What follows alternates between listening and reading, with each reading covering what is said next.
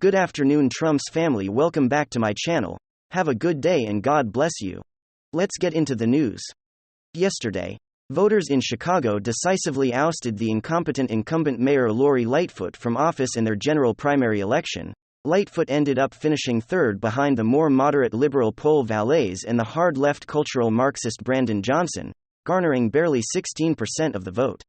It was a humiliating defeat, making Lightfoot the first Chicago mayor in 40 years to lose re-election after just one term. And she didn't just lose, she was trounced. She was crushed up by one vote by two opponents, both of whom will advance to a runoff in April now, while Chicago as blue gets in there in the end, just trading one leftist not for another. Lori Lightfoot was a party particularly horrific leftist. Not under her tenure, the city of Chicago's soul was perhaps the single most dramatic societal implosion in its history. Violent crime and murder rates skyrocketed to absolutely unprecedented levels just months into her term. Downtown residents were literally panicking. As the crime rates soared throughout the city, and the aftermath of the George Floyd riots, parts of Chicago were more or less completely overtaken by lawless thugs. Rioters, looters, BLM radicals.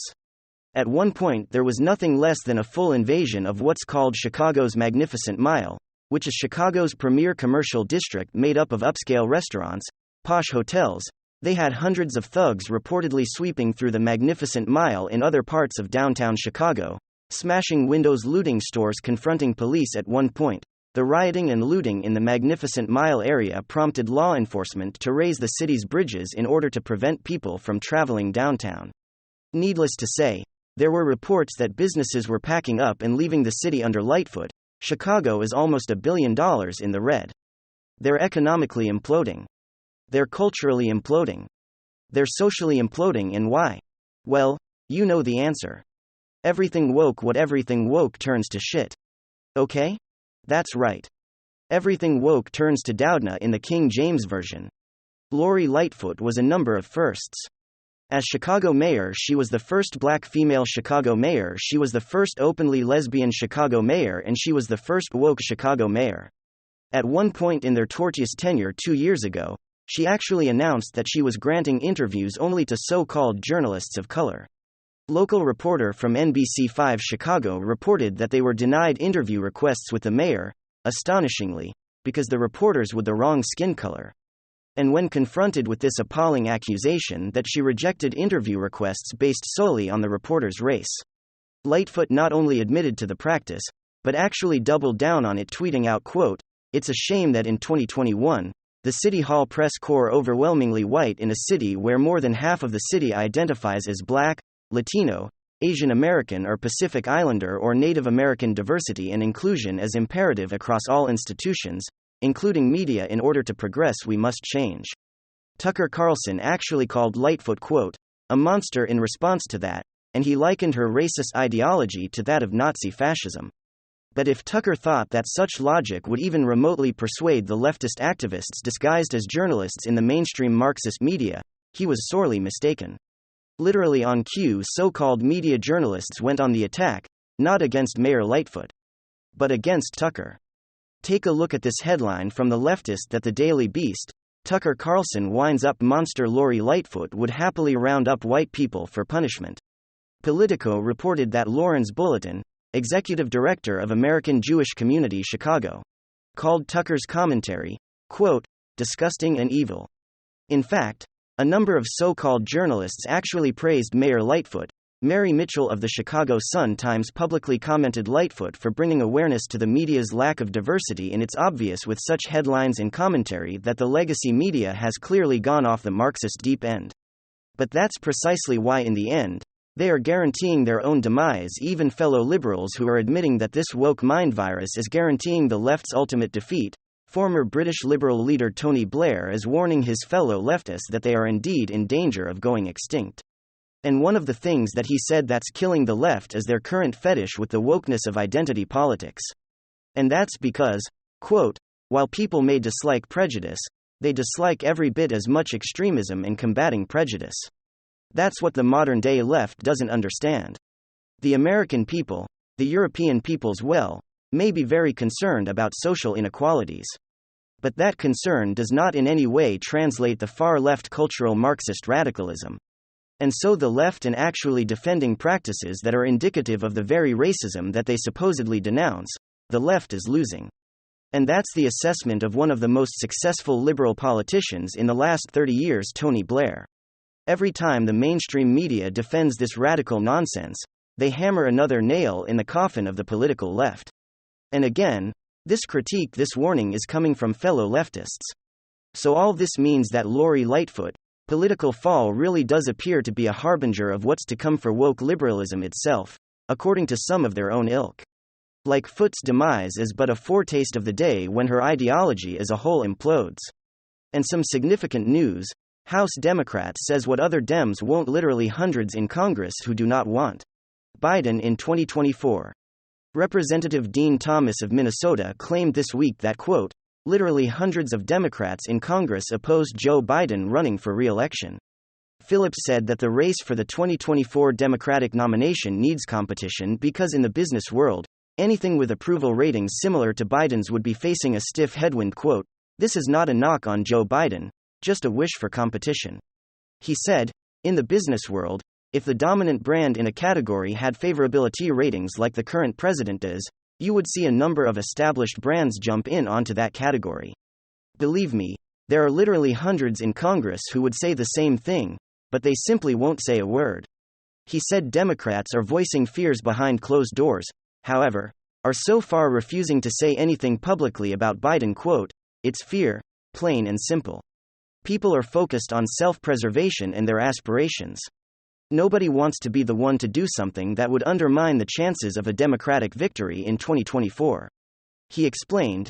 He continues, quote, yet in quiet rooms, the conversation is just the opposite. We would be at a high. Phillips does not disclose the names of any of those lawmakers. And importantly, his views are not out of step with Democratic voters.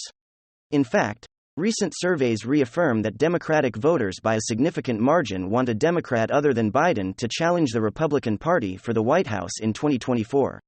Under Biden, Americans have faced a border and migrant crisis, a gas price crisis and a generational inflation crisis, and have watched as the Taliban took over Afghanistan. ICE and Secret Service used cell tracking techniques without required court orders, says Watchdog Group. The Department of Homeland Security Office of the Inspector General has concluded that both the Secret Service and the U.S. Immigration and Customs Enforcement sometimes employ the use of cell site simulators or CSS without obtaining proper authorization. A CSS functions as a fake cell phone tower and is used to trick known cellular devices into transmitting to a CSS as a means of locating them. The Department of Justice noted that they do not function as a GPS tracker and are only able to determine signal strength and general location. Both ICE and SHE along with the Secret Service use the technology to locate the subjects of their investigations in real time. Using CSS, however, requires a court order, something that IG determined that the federal agencies did not always obtain. Exemptions do exist for both exigent and exceptional circumstances, quote, the Secret Service and ICE. Homeland Security investigations did not always obtain court orders required by CSS policies and federal statute when using CSS during investigation that included exceptional circumstances. The IG report read. It continues, quote, this occurred for two reasons. First, CSS policies do not include sufficiently detailed guidance on working with external law enforcement agencies. And second, the Secret Service and ICE did not correctly interpret CSS policies reflecting the statutory requirement to obtain court orders. Before using it or in emergency situations, apply for court orders within 48 hours of installing or beginning to install CSS. It continued as SHE, moreover, did not secure approved privacy impact assessments before using the program as required by law. The Watchdog report asserted the watchdog recommended that the Secret Service and ICE establish internal controls to ensure compliance with federal regulations on the use of the program, a suggestion with which the DHS concurred. Biden says I'm going to raise some taxes in budget proposal speech. Biden revealed an aspect of his administration's March 9 budget proposal to the U.S. Congress this week, saying there will be tax jumps for the rich. Biden gave a speech in Virginia saying his budget plan is to protect the Affordable Care Act and raise taxes on those earning $400,000 or more, saying that the number of American billionaires has increased over the years. Quote, on March the 9th, I'm going to lay down in detail every single thing, Every tax that's out there that I'm proposing, and no one making less than $400,000 is going to pay a penny more in taxes. Biden told an audience in Virginia Beach. He continues, quote, I want to make it clear. I'm gonna raise some taxes. The Democrat added before saying that billionaires would be called upon to pay more. Biden also called on Republicans to outline their tax plan, saying that a good one would support Obamacare. He said he wanted to discuss taxation with Republicans and reach a solution. Quote, we can agree, disagree, we can fight it out. He said when we work together, we can do anything, he said in his closing remarks. Biden also criticized Republicans for not wanting to raise the country's debt ceiling again, saying a default on debt would jeopardize the country's economy. Biden breaks out veto pen for ESG bill. Joe Biden will reportedly issue the first vetoes of his term this week in the wake of Congress passing the resolution to overturn the D.C. soft on crime bill and the bill to scrap his administration's environmental, social and governance rule. The ESG rule, Republicans and moderate Democrats helped to pass a bill that would nullify Biden's ESG rule or the Department of Labor's, quote, prudence and loyalty in selecting plan investments and exercising shareholder rights rule. The two Senate Democrats, Senators Jon Tester and Joe Manchin with Republicans, voted to pass the resolution. Tester, who faces a tough re-election campaign in 2024, said that the ESG rule puts too much of a burden on working families. He said in a statement, quote, at a time when working families are dealing with higher costs. From healthcare to housing, we need to be focused on ensuring Montanans' retirement savings are on the strongest footing possible. I'm opposing this Biden administration role because I believe it undermines retirement accounts for working Montanans and is wrong for my state. And its veto threat. This week, the Biden administration said that undoing the ESG rule would, quote, unnecessarily limit the options available to retirement plan participants and investors. Likewise, it said that the congressional moves to overturn the soft on crime bill would detract from D.C. residents' right to self-govern. Quote, for far too long the 700,000 residents of Washington, D.C. have been deprived of full representation in the U.S. Congress, the administration said. Attorney General Merrick Garland admits he would have to allow charges against Hunter Biden. Attorney General Merrick Garland would personally have to authorize any potential charges against Hunter Biden. He admitted on Wednesday amid concerns that Joe Biden's Justice Department has been politicized under his leadership. Hunter has been under investigation by David Weiss, the Trump-appointed U.S. Attorney for Delaware, for potential tax and gun violations for years. However, no charges have yet been brought forth. Garland has refused to appoint a special prosecutor in the investigation to avoid a conflict of interest between the Biden family and himself. When Garland was questioned if Weiss could charge Hunter without outside political pressure, he responded before the Senate Judicial Committee that Weiss, quote, has been advised that he has full authority to make those kinds of referrals that you're talking about, and to bring cases in other jurisdictions if he feels it's necessary.